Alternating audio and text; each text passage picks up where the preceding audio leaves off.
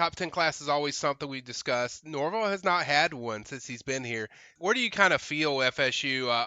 What's their kind of ceiling? Do you feel like with what they've done already, but then what they could do during the season, John? What do you feel like could be their ceiling, or kind of around where they're at?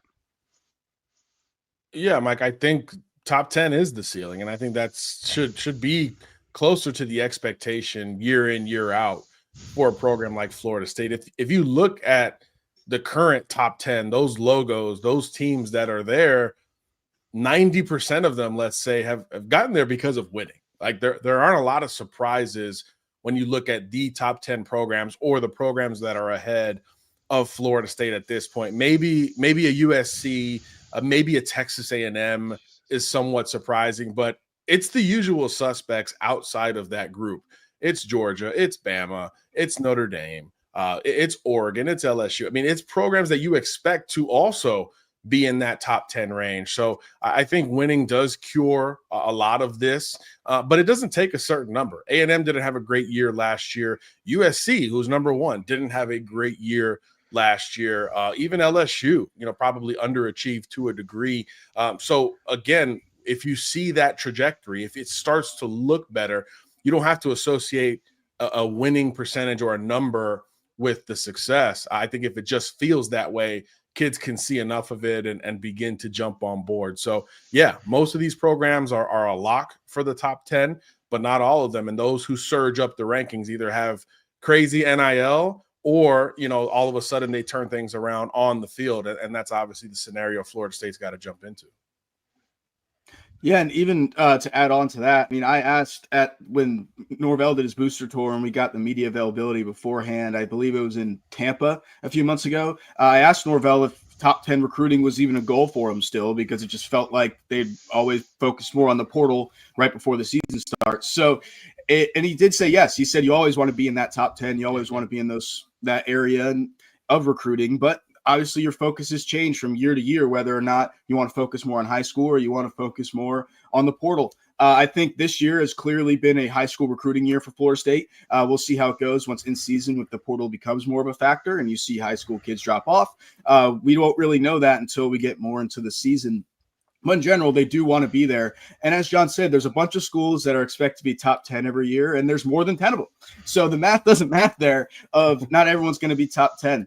So it's just, yes, that is the goal for the staff, and it's been clear, and especially with this surge, now it feels possible for once. I don't think we've had that feeling of it being right there for you to grab in a while. I totally agree with Matt. I know they got some big targets remaining, John. There's a lot of talented ones. I'll start with the linebacker position. Obviously, DQ Forkpa. And then also you have Rodney Colton, who I think is probably the one they had the best shot with. DQ's kind of, I've heard it's getting a little closer and inching closer, but I still give Florida the edge from what I've heard. And then I think with Rodney, from what I'm hearing, Ole Miss is probably slightly ahead, but that kind of goes back and forth. At least that's what my intel has suggested. But kind of what are you hearing on those two guys? Forkpa has been maybe the most back and forth. I know, every visit is great for every kid, but I think his official visit slate really moved the needle for him, and a lot of it was a lack of familiarity. When you're talking about Michigan spiking up his list, Miami getting into the top 3, even Florida sort of becoming that de facto leader, he hadn't been there before last December. I think what's different about Florida State is that it was a constant for him. FSU has been involved since he was at Mill Creek in the Atlanta area. So, we know the Noles have prioritized him longer than just about every other program currently, on his list of finalists. So I do think that matters. This is a kid who's really tight with his parents. His parents are heavily involved. We know they've signed off on both Florida State and Florida. So I think when the ball bounces back to Forkpa, he's got two very different options, and I think that's where we see some of this back and forth recruiting intel come out, whether it's, hey, a quicker path to playing time at Florida State or the allure of the SEC, whatever it may be, we do see a little bit of back and forth there heading into July 12th. So I think that one will be fascinating. And I think that one could also continue into the season, regardless of the selection. Not only because some of the programs on the list are very fringe relative to perception that he's looking at, but also for him. He's now at IMG. He was injured last year. He's got a lot on his plate in terms of being the man in the middle at IMG Academy. So I think how schools approach DQ could even change a little bit as the season, as we get through September, even into October. I do think his recruitment could still potentially open up one more time just based on his own gameplay. And that could be a good thing for Florida State. I think with Colton, it's probably a little bit more cut and dry.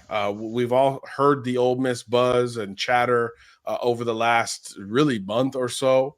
But Florida State's been right there the entire time. Again, we talked to some sources this morning to get a fresh update, and there was optimism.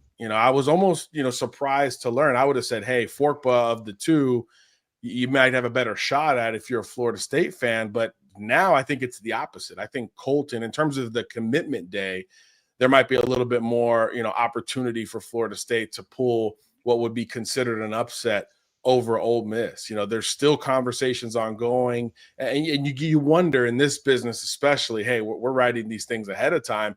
When does the kid decide privately?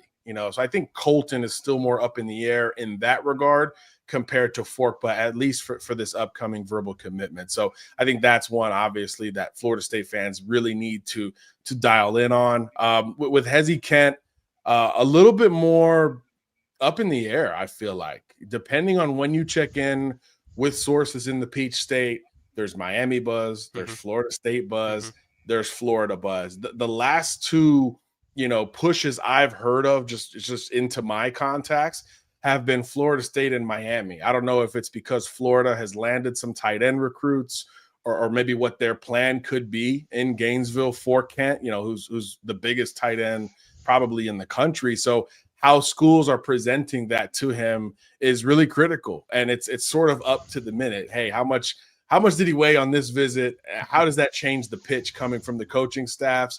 I mean, in those details, you could see a little bit of shift between maybe perception and reality with Kent. So ironically, it looks like it'll be one of the big three, in the state of Florida. I do think the longstanding momentum the Gators have had could hold up here. But again, the last two pushes I've heard of came from Tallahassee and from Coral Gables. So I think that one feels very much wide open. I don't know if he's told any of the coaching staffs, his decision just yet. And then with Zierer, does he commit abroad or does he come back to Rabun Gap in Georgia and then make his decision? I think that's really the question. I think probably the sooner the better for Florida State here.